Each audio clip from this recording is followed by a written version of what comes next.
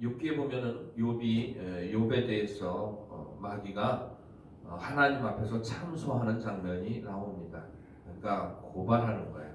검사처럼 이런 죄 저런 죄를 진 것을 하나님 앞에 차례차례 늘어놓으면서 욥이 잘못한 것들을 고소하는 모습을 보게 됩니다. 그걸 참소라고 말을 하는데요. 재판정에 보면은 판사가 있고 또 그렇게 죄를 판단하는 판사가 있고 죄를 고소하는 검사가 있고 그 죄인에 대해 변호하는 변호사가 있죠. 하나님은 모든 것을 판단하시는 분입니다. 예수님은 우리의 변호사가 되시는 분이시고 마귀는 우리를 고소하는 우리의 죄에 대하여 고소하는 자이죠. 하나님 앞에서 참소하는 자입니다. 그런데 이 하나님 앞에 참소하던 자가 고소하던 자가 쫓겨났습니다. 오늘 우리가 읽은 말씀 보면은 하늘에서 큰 전쟁이 일어난 것을 보게 됩니다. 7절에 보면 하늘에 전쟁이 있으니 미가엘과 그의 사자들 선한 천사들입니다. 용과 더불어 싸울세 용과 그의 사자들도 싸우나 이기지 못하더라. 용과 그의 사자들 사단이라고 하는 그 마귀와 또 그의 졸개들 악한 천사들을 의미합니다. 이건 하늘에서 있었던 싸움이죠. 근데 그 싸움에서 결국에는 마귀가 또 그 마귀에게 속한 악한 천사들이 지게 됩니다. 그러면서 그들이 하늘에서 있을 곳을 잃어버렸어요. 그리고 땅으로 내어 쫓김을 당합니다. 이 사건이 무엇으로 말미암아서 일어난 사건이냐면 예수 그리스도의 십자가의 죽으심과 부활의 사건입니다. 예수님께서 십자가에서 죽으실 때에 맨 마지막에 하셨던 말씀이 무엇입니까? 다 이루었다. 다 이루었습니다. 예수님께서 십자가의 죽으심으로 말미암아 세상 죄인들의 죄를 다 담당하셨습니다. 마귀가 고소할 거리를 잃어버린 겁니다. 마귀가 자기 밥벌이를 잃어버린 거예요, 말하자면. 그러니까 하나님 앞에 참소할 수가 없어요. 하나님 앞에 고소해봤자, 죄인들의 죄를 고소해봤자 그 죄인이 예수 그리스도의 십자가의 죽으심의 보혈의 공로를 의지하기만 한다면 심판을 받아요, 안 받아요? 심판을 받지 않는 것입니다. 그러니까 마귀가 참소할 거리를 잃어버리게 된 거야. 그러니까 결국엔 하늘에서 있을 곳을 잃어버리고 하늘에서 쫓겨나게 됩니다. 그래서 8절에 보면 다시 하늘에서 그들이 있을 곳을 얻지 못한지라. 여러분, 우리는 마귀가 다시 고소할 수 없는 사람들인 줄로 압니다.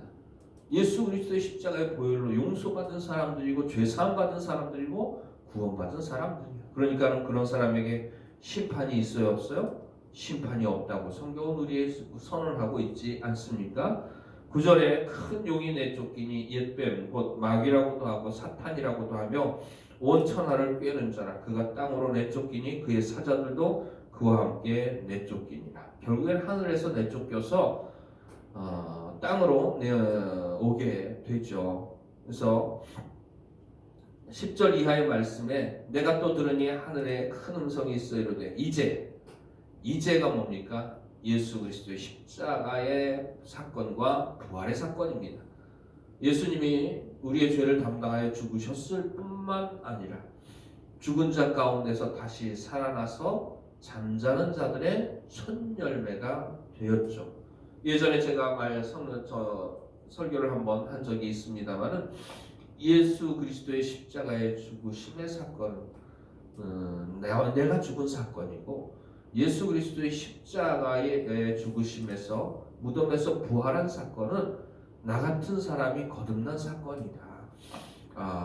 예수님이 나를 대신하여 죽으셨고 그때 내가 죽은 거고 예수님이 부활하시는 것을 믿음으로 받아들이게 된다면 내가 거듭나서 새 사람으로서 이제 마귀의 다스림을 받지 않으며 하나님의 성령의 인도하심 가운데 새 사람으로서 새 생명을 가지고 새 생활을 살게 되는 것.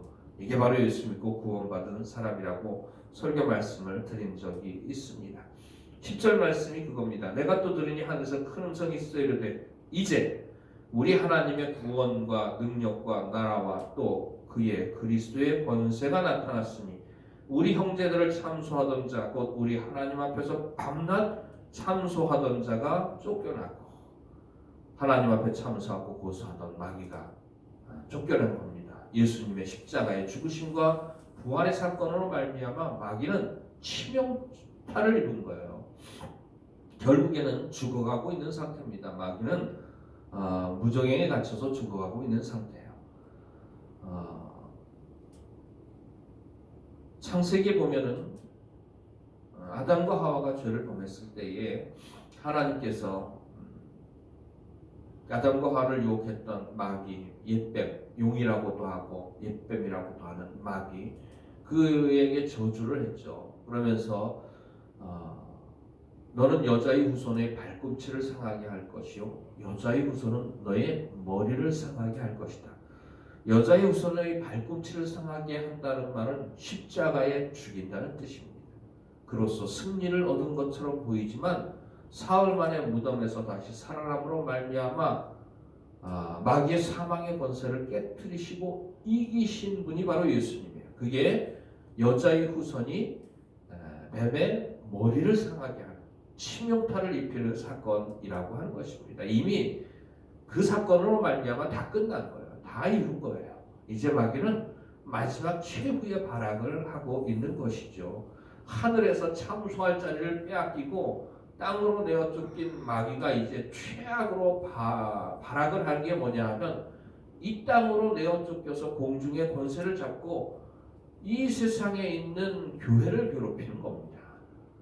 어떻게 하면 한 사람이라도 예수 믿지 못하게 만들까? 어떻게 하면 예수 믿는 사람이라도 한 사람이라도 믿음을 버리게 만들까? 결국에는 그 일을 하고 있는 것이 마귀의 역사죠. 그런 영적인 싸움이 땅에서 그 영적인 싸움이 있었던 것처럼 하늘에서 영적인 싸움이 있었던 것처럼 그 싸움에서 실패한 마귀가 땅으로 내어 쫓김을 당하고 그리고 난 다음에 이 땅에서 하는 일이 뭐냐 하면 믿는 사람들과의 영적인 싸움이라고 하는 것입니다. 그 싸움에 대하여 11절 이하의 말씀에 이렇게 말하고 있습니다. 또 우리 형제들은 어떤 사람들입니까? 예수 믿고 구원받은 하나님의 자녀들입니다. 또 우리 형제들이 어린 양의 피와 자기들이 증언하는 말씀으로써 그를 이겼으니 하늘에서 싸움에서 패하고 참소하던 자가 쫓겨나서 땅으로 왔는데 이 땅에서도 패합니다. 우리 형제들에게 예수 믿고 구원받은 진실한 사람들에게 패하게 되어 있어요. 그런데 그 예수 믿고 구원받은 사람들의 무기가 무엇입니까? 11절 말씀에 어린 양의 피와 자기들이 증언하는 말씀으로써 그를 이겼습니다. 여러분 요한계시록을 해석하는 사람들이 예수님이 오시기 전에 이 땅에 큰 전쟁이 있을 것이다. 그런 얘기들을 하는데 그러면서 우크라이나 사태를 이야기를 하며 유튜브를 보면은 별의별 얘기들을 다 해요. 우크라이나 사태로 말미암아 이제 3차 대전이 일어나게 될 것이고 세상 모든 나라들이 다 휩싸이는 큰 전쟁이 일어나게 될 것이다. 그게 요한계시록에 예언한 전쟁이고 환란이다. 뭐 이런 얘기들을 하는데요. 모르겠어요. 그런 전쟁이 일어날지 안 일어날지 모르겠습니다만은 그건 요한계시록에서 말하는 전쟁이나 환란과는 거리가 먼 겁니다. 혹 그런 일이 일어나더라도 그건 요한계시록과 상관이 없는 거예요. 요한계시록에서 말하는 전쟁은 어떤 전쟁입니까? 영적 전쟁입니다. 말씀 전쟁입니다. 우리의 무기는 뭡니까? 예수 그리스도의 피입니다. 하나님의 말씀입니다. 그걸로 싸우는 거지 총칼 들고 싸우는 전쟁이 절대로 아니라고 하는 것입니다. 또 우리 형제들이 어린 양의 피와 예수 그리스도의 십자가의 보혈의 공로로 구원받은 확신 그리고 하나님의 말씀 자기들이 증언하는 말씀으로써 그를 이겼으니 그들은 죽기까지 자기들의 생명을 아끼지 아니하였다. 이게 바로 영적인 전쟁이죠. 마귀와의 전쟁이라고 하는 것입니다. 거기에 진실한 성도들은 무엇을 겁니까? 자기의 생명을 거는 거예요. 자기의 목숨을 거는 거예요. 여러분, 이 땅에서 사람들이 목숨 걸고 지키는 것들이 무엇이 있습니까? 자기가 참으로 목숨 걸고 지킬 만한 값어치가 있다고 생각하는 것들을 붙잡고 지키죠. 목숨 걸고 지킵니다.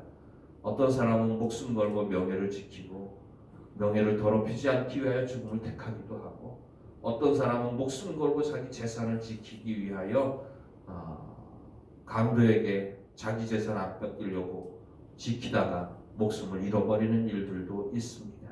그러나 예수 믿는 사람은 어디에 목숨 겁니까? 믿음에 목숨 거는 거예요.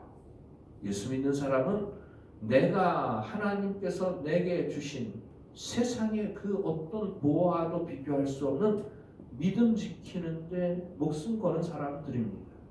금보다 귀한 믿음은 참복에 되더라. 세상에서 가장 가치 있게 여겨지는 금, 그 금보다 더 귀한 것이 믿음이라고 하는 거죠. 예전에 우리가 우스갯소리를 했던 말 가운데 누가 까불면 야 사소한데 목숨 걸지 마 이렇게 얘기를 하는 경우를 보게 됩니다. 근데 너무나도 사소한데 목숨 거는 사람들이 참 많아요. 목숨 걸 만한 값어치가 없는데 목숨 거는 사람들이 참 많아요. 근데 목숨 걸 만한 값어치가 있는 일에 우리의 목숨을 걸고 생명을 걸고 인생을 걸고 삶을 걸어야 하는 거야. 그게 뭡니까? 하나님이 내게 주신 구원이고 믿음입니다. 그것만이 세상에서 가치가 있는 거죠. 오직 나의 의는 믿음으로 말미암아 살리라. 세상에 내 목숨을 두고 지켜야 할 가치가 있다면 바로 예수님께서 목숨을 버리심으로 우리에게 허락하신 믿음이고 구원인 줄로 압니다. 바로 그것을 우리가 끝까지 우리의 생명 다하는 날까지 지켜가며 이 영적인 싸움을 싸워나가야 마땅할 줄로 믿습니다. 에베소서 6장 12절 말씀 우리가 잘 아는 말씀인데요. 우리의 씨름은 혈과 육에 대한 것이 아니요 정사와 권세와 이 어둠의 세상 주관자들과 하늘에 있는 악한 영들에 대한 싸움이라고 하는 것입니다. 오늘도 우리는 전쟁터 속에 싸우는 거예요. 전쟁터 속에서 이 하루를 살아가는 겁니다. 지뢰밭과 같은 전쟁터 속에서 언제 어디서 어떤 일이 뻥뻥 터질지 모르는 그런 마귀의 유혹과 시험과 환난들이 지뢰밭같이 펼쳐있는 그런 세상 가운데에서 우리는 저 천성을 향하여 나아가고 있는 사람들입니다.